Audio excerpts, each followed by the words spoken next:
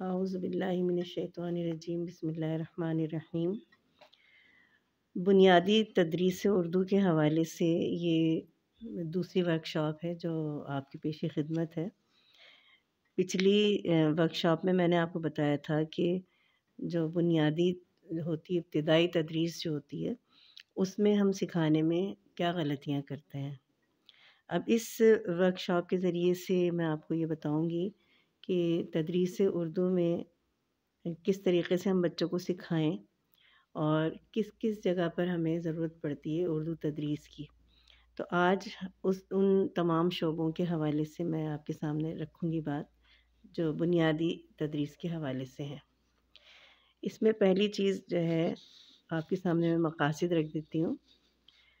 مقاصد اس کے یہ ہیں کہ اس ورکشاپ کے اختتام پر جب آپ پوری ورکشاپ لے لیں گے تو یہ چیزیں آپ کے سامنے آ جائیں گی کہ زبان کی تدریس کن کن شعبوں میں کی جاتی ہے، وہ کیا شعبے ہیں، وہ کیا میدان ہیں جہاں پر تدریس کی جائے، کون کون سی جگہیں ہیں جہاں پہ ضرورت پڑتی ہے کہ ہم بچوں کو سکھائیں۔ دوسری چیز یہ ہے کہ ہم ترتیب کیا رکھیں، ترتیب وار کس طرح سکھایا جائے، کون سی ترتیب ہو، کون سی چیز ہو، کون سا انداز ہو جس طریقے سے ہم بچوں کو سکھائیں۔ پھر اسی میں آپ کو آدھی اشکال کی حقیقت بھی بتاؤں گی کہ آدھی اشکال کیا ہوتی ہیں اور ان کی حقیقت کیا ہوتی ہے۔ تو اس میں جو پہلی چیز ہے جو سمجھنے کی ہے وہ یہ ہے کہ زبان کی جو بنیاد ہے، یعنی یوں کہہ لیں کہ کوئی بھی زبان جب سیکھی جاتی ہے تو اس کی بنیاد سمع و بصر سے ہوتی ہے، یعنی سننے اور دیکھنے سے ہوتی ہے، یہ اس کی بنیاد ہوتی ہے۔ اس کی سب سے بڑی مثال یہ ہے کہ بچہ جب دنیا میں آتا ہے اور وہ جب سن رہا ہوتا ہے تو جو سن رہا ہوتا ہے اور جو دیکھ رہا ہوتا ہے وہی چیز اس کی زبان سے ادا ہوتی ہے۔ اسی لیے ہر زبان والے بچے جو ہیں وہ اپنی ہی زبان بول رہے ہوتے ہیں۔ یہ نہیں ہوتا کہ اردو بولنے والے جو ہیں وہ جن بچوں کے سامنے اردو بولی جا رہی ہے تو وہ انگلش بولنا شروع کر دیں یا جیپنیز بولنا شروع کر دیں، یا اگر عربی ہیں تو وہ چینی بولنا شروع کر دیں۔ ظاہر ہے کہ جو زبان وہ سنتے ہیں، جو ان کے سامنے بولی جاتی ہے، اسی چیز کو جو ہے وہ بچہ سیکھتا ہے، سنتا ہے، سیکھتا ہے۔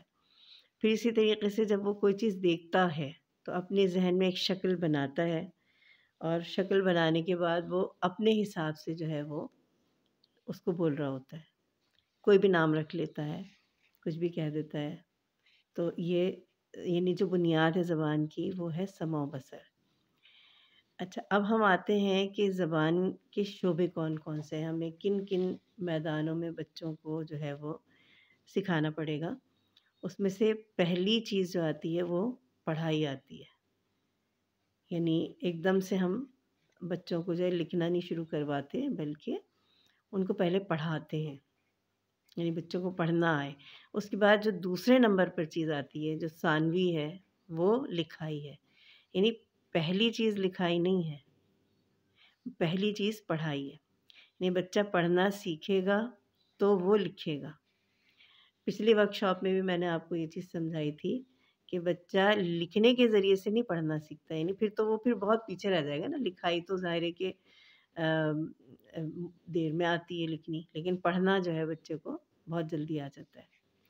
پھر اس کے بعد اس کی تفہیم شروع ہوتی ہے، یعنی اس کی سمجھ شروع ہوتی ہے کہ ہاں جو چیزیں ہیں ان کو وہ سمجھنا شروع کر دیتا ہے، پھر وہ اپنے مطابق یا دوسروں کے سمجھانے کے مطابق کرتا ہے۔ تو یہ تمام چیزیں مطلوب ہوتی ہیں کس چیز سے؟ شناخت کے ذریعے سے، یعنی وہ پڑھے گا تو شناخت کر کے پڑھے گا، لکھے گا تو شناخت کر کے لکھے گا، اور ان تمام چیزوں سے اس کی تفہیم جو ہے وہ اس کے اندر پیدا ہوگی۔ تو یہ تمام چیزیں جو ہیں مطلوب ہوتی ہیں شناخت کے ذریعے سے۔ اچھا، اب میں آپ کے سامنے یہ بات رکھتی ہوں کہ اس کو یوں سمجھیں آپ کہ آوازوں کی جو شناخت ہے وہ بولنا سکھاتی ہے۔ اب میں آوازوں کا بھی مطلب آپ کو سمجھاتی ہوں، لیکن یہ سمجھ لیں کہ آوازوں کی شناخت جو ہے وہ بولنا سکھاتی ہے، اور حروف کی جو شناخت ہوتی ہے وہ لکھنا سکھاتی ہے. یعنی بچہ بولے گا کیا؟ آوازوں سے، اور حروف کو شناخت کرے گا تو یعنی وہ پڑھنا سیکھے گا، اور جوڑنے والی جو اشکال ہیں ان کی شناخت کرے گا تو لکھنا سیکھے گا. یہ ترتیب اس طریقے سے نا. ظاہر ہے جب ہم بولتے ہیں آوازیں بچے سنتے ہیں تو بولتے ہیں، بچے ہمارے بولنے سے بچہ بولتا ہے کیونکہ وہ آوازوں کی شناخت کرتا ہے. پھر جب وہ حروف کی شناخت کرتا ہے تو پڑھنا سیکھ جاتا ہے. یعنی اب ظاہر ہے کہ ہر زبان والے کے اپنے حروف ہوتے ہیں نا، تو وہ ان کی شناخت کرتا ہے تو پڑھنا سیکھ جاتا ہے. ہم یعنی میں اس وقت اردو سکھا رہی ہوں تو اردو کے جو حروف ہیں جب وہ ان کی شناخت کرے گا تو پڑھنا سیکھے گا. اور لکھے گا کب؟ جب وہ جوڑنے والی اشکال اس کے سامنے آئیں گی. ایک بات اپنے ذہن میں رکھیں کہ کچھ زبانیں ہیں جن کے حروف جیسے ہوتے ہیں اسی طرح رہتے ہیں. جیسے انگلش کی بہترین مثال ہمارے سامنے ہے کہ اس میں جتنے بھی الفاظ حروف ہوتے ہیں ان کو جب ایک جگہ لکھ دیتے ہیں اور اسی شکل میں جس شکل میں وہ ہوتے ہیں تو وہ پڑھنا سیکھ جاتے ہیں بچے. اچھا، اب جوڑنے والی اشکال جو ہے جب وہ لکھیں گے تو جوڑنے والی اشکال جو ان کے سامنے آنی چاہیے. تو اب ایک بات جو سمجھنے کی ہے وہ یہ ہے، جو ہمارے سامنے آئی نا، وہ یہ ہے کہ زبان جو ہے وہ دراصل آوازوں کا مجموعہ ہوتی ہے. دیکھیں کیسے زبانیں کس طرح سے وجود میں آتی ہیں. وہ اسی طرح سے وجود میں آتی ہیں نا کہ کچھ آوازیں ہوتی ہیں جن کو جوڑ دیتے ہیں اور وہ ان آوازوں کے ذریعے سے یعنی کہ ایک زبان ہے، ایک یعنی کہ اپنے جو ہمارے اپنے اظہار خیال ہے اس کا ذریعہ ہے نا. تو جب وہ آوازیں جڑتی ہیں تو زبانیں وجود میں آتی ہیں اور وہی جو ہے وہ زبان بن جاتی ہے، وہ لینگویج بن جاتی ہے. اس کے بعد ہم آگے چلتے ہیں.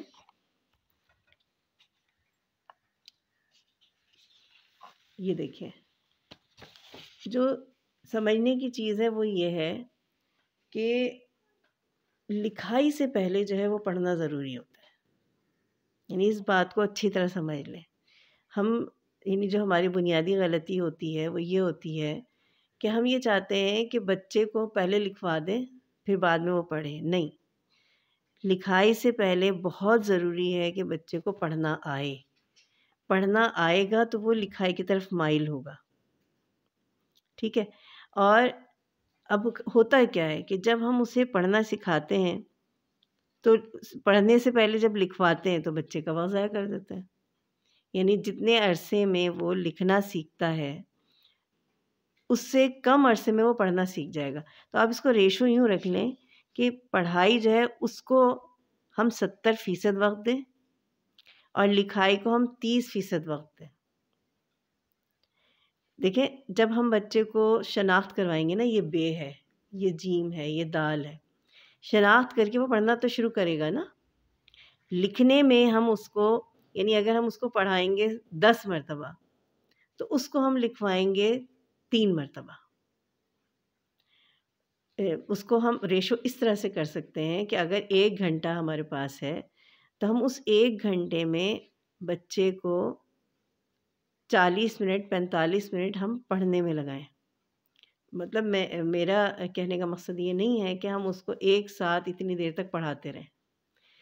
یہ ہے کہ ہم لکھوائیں اس وقت جب وہ پڑھنا شروع کر دے اور شناخت شروع کر دے. دیکھیں اس کی مثال بالکل ایسی ہے کہ جیسے کسی منزل تک جب ہم پہنچتے ہیں، ہم پہلی منزل سے اوپر کی طرف جا رہے ہوتے ہیں نا، تو جب ہم منزل پر چڑھتے ہیں تو سیڑھیاں قدم بقدم چڑھتے ہیں نا، ایک کے بعد دوسری، دوسری کے بعد تیسری، ہم اس طرح سے اوپر چڑھ رہے ہوتے ہیں. تو ہم پہلی سیڑھی پہ قدم رکھتے ہیں، پھر دوسری پہ، پھر تیسری پہ، پھر ہم آخر میں اوپر جاتے ہیں. ہم چھلانگیں تو نہیں لگاتے نا کہ چھلانگ لگا کر ایک دم اوپر پہنچ جائیں. تو جو بھی چھلانگ لگانے کی کوشش کرتا ہے تو بہت حد تک امکان ہوتا ہے کہ وہ بجائے اوپر پہنچنے کے وہ نیچے گر جائے، یعنی وہ اپنے مقام سے بھی نیچے کی طرف آ جائے. تو یہ والی چیز ہے کہ یہ یعنی یہ ہمارے لیے یہ آپ لوگوں کو سمجھنے کی چیز ہے کہ یہ وقت ضائع کرنے والی بات ہوتی ہے نا کہ ہم بچے کو کہیں کہ اب یہ نہیں، اب اس سے آگے چلے جاؤ، اب اس سے آگے چلے جاؤ. دیکھیں بچے کی ایک سمجھ ہوتی ہے ایک پیمانہ ہوتا ہے یا ایک برتن ہوتا ہے، اس برتن میں اتنی ہی چیز آ سکتی ہے جتنی اس کی گنجائش ہے۔ آپ اس گنجائش سے زیادہ ڈالیں گے تو کیا ہوگا کہ وہ نیچے آ جائے گا، جو کچھ بھی آپ ڈالیں گے وہ اس کے اندر نہیں سمائے گا بلکہ وہ نیچے گر جائے گا۔ تو ہم بچے کے سمجھ اور عقل کے حساب سے ہم اس کو وہ چیز دیں گے۔ تو سامنے کیا بات آئی کہ پہلے ہم آوازوں کی شناخت کروائیں گے۔ آوازیں کیا ہیں؟ دیکھیں یہ جو حروف تہجی ہوتے ہیں نا، الف بے پے تے ٹے سے، یہ سارے یہ دراصل آوازیں ہیں۔ یہ الف بے پے تے ٹے سے تو ان کا نام ہے، ورنہ آواز کیا ہے؟ ب ب ت ٹ س ج چ ہ خ، ٹھیک ہے، س س ل م ن ہ، یہ آوازیں ہیں۔ ہم ان آوازوں کی شناخت کروائیں گے اور پھر اس کو ہم کیسے پڑھیں گے، ان آوازوں کو وہ بتائیں گے کہ ان کی نام ہے، یہ الف ہے، یہ بے ہے، یہ جیم ہے، یہ دال ہے، یہ رے ہے۔ ہم یہ چیز انہیں بتائیں گے بچوں کو۔ جب یہ وہ سمجھ جائیں گے پھر ہم تمام حروف لکھنا سکھائیں گے، اور اس سے پہلے کہ ہم تمام حروف لکھنا سکھائیں، ہم جو ہے یعنی کہ تمام حروف لکھنا سکھانے سے پہلے شناخت کروائی، پھر اس کے بعد جب ہم حروف لکھوا دیں گے تب ہم الفاظ کی طرف آئیں گے نا، ذخیرہ الفاظ کی طرف۔ اچھا، پھر تیسرا جو طریقہ ہے اگر آپ اس کو اختیار کریں تو وہ یہ ہے کہ ہم بچوں کو مصوتوں سے جوڑنا سکھائیں گے۔ مصوتیں کیا ہیں؟ الف، واو، چھوٹی یہ اور بڑی یہ، ان کی آوازیں کیا ہیں؟ آ، او، ای، اے، یہ ان کی آوازیں ہیں۔ یعنی یہ اس کو ہم یہ بھی کہہ سکتے ہیں عربی میں جیسے حروف مدہ ہوتے ہیں، یہ اسی طرح اردو کے اندر ہے، حروف مدہ ہیں، یعنی یہ اپنے سے پہلے جو حرف ان کے ساتھ جڑتا ہے ان کو یہ لمبا کر دیتا ہے۔ تو یہ چیز سکھائیں۔ اس کے بعد ہم زیر زبر پیش والے حروف پر آئیں، یعنی جب وہ آ سیکھ لے گا تو آ کی چھوٹی آواز آ، یہ سیکھے گا۔ اسی طرح جب یہ او سیکھے گا تو اس کی چھوٹی آواز او یا او، یہ سکھائیں گے۔ اسی طرح ای جب وہ سیکھے گا تو اس کے بعد وہ یہ زیر والی چیز سیکھے گا، ای۔ اسی طرح اے، یہ بھی زیر ہی کی آواز ہوتی ہے، اے یا اے جو ہے وہ زبر کی آواز ہوتی ہے، ٹھیک ہے۔ تو ہم ان آوازوں سے جوڑنا سکھائیں گے۔ جب ہم یہ سکھائیں گے تو پھر بچہ پڑھنا سیکھے گا۔ اچھا، پھر جب وہ لکھنے کی طرف ہم لے کر آئیں گے، یعنی حروف کے بعد الفاظ کی باری آتی ہے نا، تو جب ہم الفاظ اس کو لکھنا سکھائیں گے تو اس کے لیے ضروری ہوگا کہ ہم بچے کو جوڑنے والی اشکال سے آشنا کریں۔ یعنی جوڑنے والی شکل کیا ہے کہ حروف کس طرح جوڑتے ہیں۔ مثال کے طور پر میں لکھتی ہوں پسند، تو اب بچے کو یہ پتہ ہو کہ پو یعنی پے کا شوشہ ایسے بنے گا، سین ایسے آئے گی، اور نون ایسے بنے گا، اور یہ دال ایسے بنے گی۔ یعنی اس کو جوڑنے والی اشکال سے جب ہم آشنا کریں گے تب اسے سمجھ میں آئے گا کہ اچھا یہ حروف جو ہیں وہ اس طریقے سے جوڑے ہیں۔